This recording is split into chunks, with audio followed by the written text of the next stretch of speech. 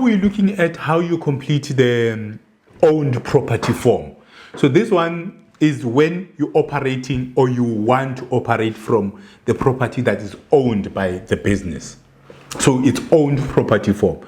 Even if you're operating from the property that is owned by you personally, then you need to, but it's not owned by the business. The business still has to lease from you.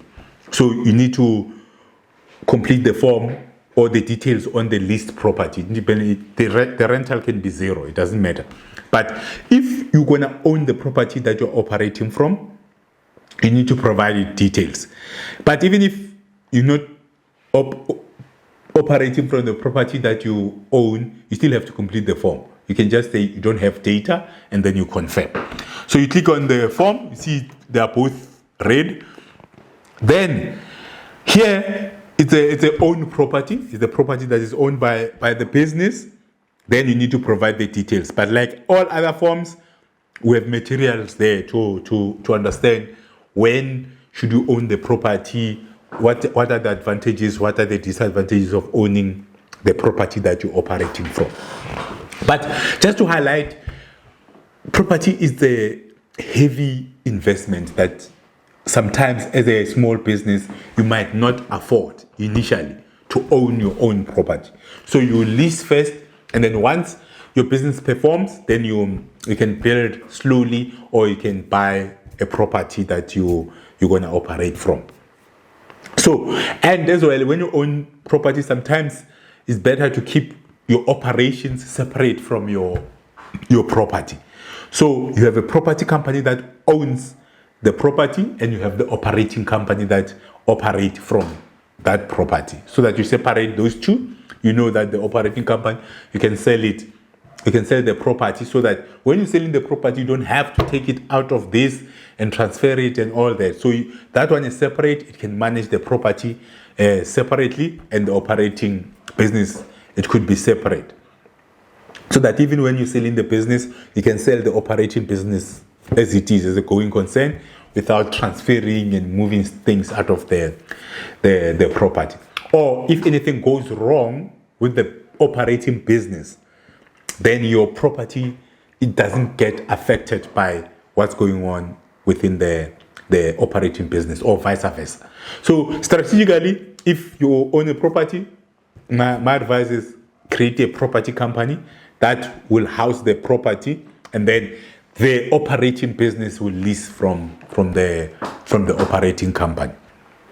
So now, here's how you create the form. You go to create, and then it gives you the form. As I said, that ours, we're not leasing, we're not owning, we're leasing. Then I just put the date of today, then I confirm the data, then I create. That's it. That's all that I have to. But let's say you own the property. Then you need to say, yes, you have data. This is the sector that you're operating from. Then you have this options. Is it new property on a PTO and building cost, the funding? So this is the property that will be on a PTO, which is the permission to occupy. We know the rural areas, you need a PTO. You're operating from a PTO, and then you know that you're going to fund the development cost, because on a PTO, generally the financial institutions, they don't fund properties that are on a PTO, because they can't take security over the property. And just as a side, in terms of the advice, if you're operating from a PTO, which is the permission to occupy, that is granted by the local chief, then you can apply for a long-term lease with Department of Rural Development, because PTO, it doesn't happen, but the chief can decide that they want to use that land for something else, and then you have to move. But if you have a long-term lease that you apply through the Rural Development, Department of Rural Development, and then it needs to go up to the minister to approve. Then, if it's approved that way, if I'm not mistaken, it's about 30 years lease. So if you have that lease, at least you know you are secured. There's no one who can come. Doesn't matter if the chiefs change and all that, the community is up in arms, you will have the lease, which is a legal document that you have.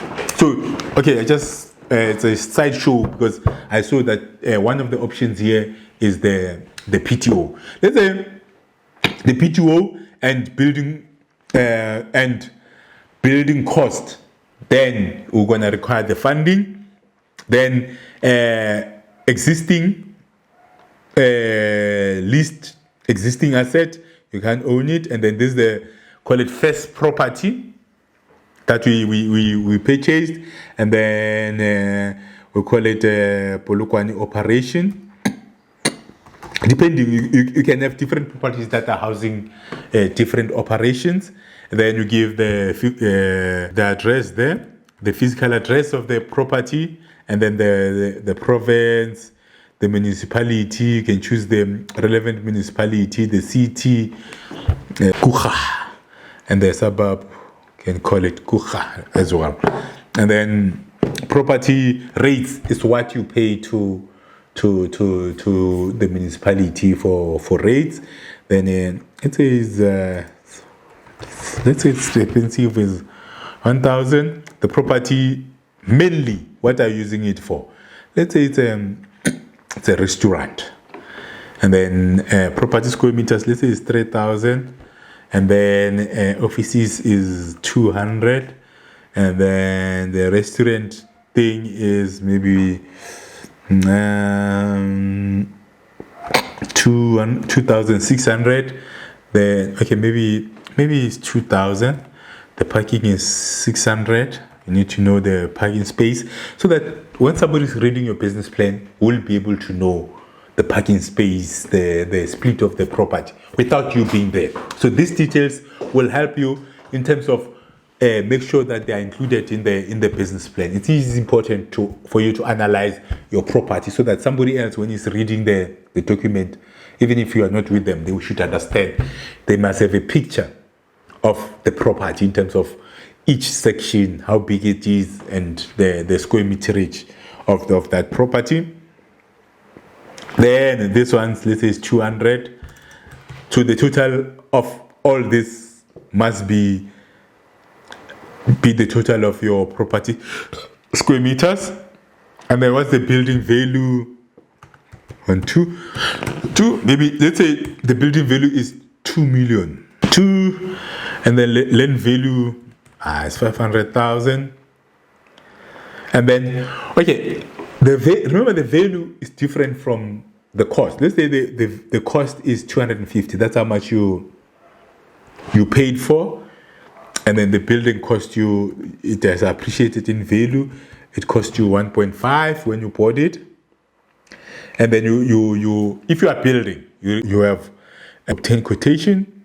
Then is it funding? Funding is not required. We have our own money. And then that's for the land. And then for both of them, let's say the funding is not required for both the land and the property. Then when are we going to start? Today.